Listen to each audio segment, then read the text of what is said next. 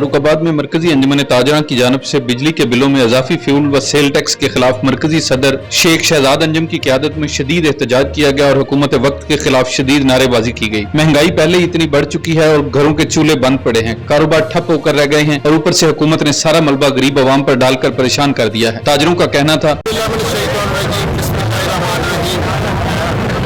मैं अपनी फर्रुखाबाद की ताजिर बरादरी की तरफ से सदर मरकजी अंजुमन ताजरा भरपूर एहतजाज करता हूँ जो यादमाना टैक्स बिजली के बिलों में लगाए जा रहे हैं। अगर मैशत लीड की हड्डी होती है किसी मुल्क की, लेकिन ये ताजरों को ही जुल्म की चक्की में पीछे पड़ गए, तो हम बिल्कुल ये बिजली के बिल अदा नहीं करेंगे और हम अपने अरबाब इख्तियार से कहते हैं कि खुदारा इसके ऊपर गौर करें और ये जो टैक्स है इसको वापस लें।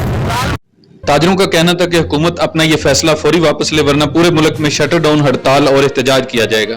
कैमरा टीम के हमरा राणा वसीम असलम, प्राइम 92 न्यूज़।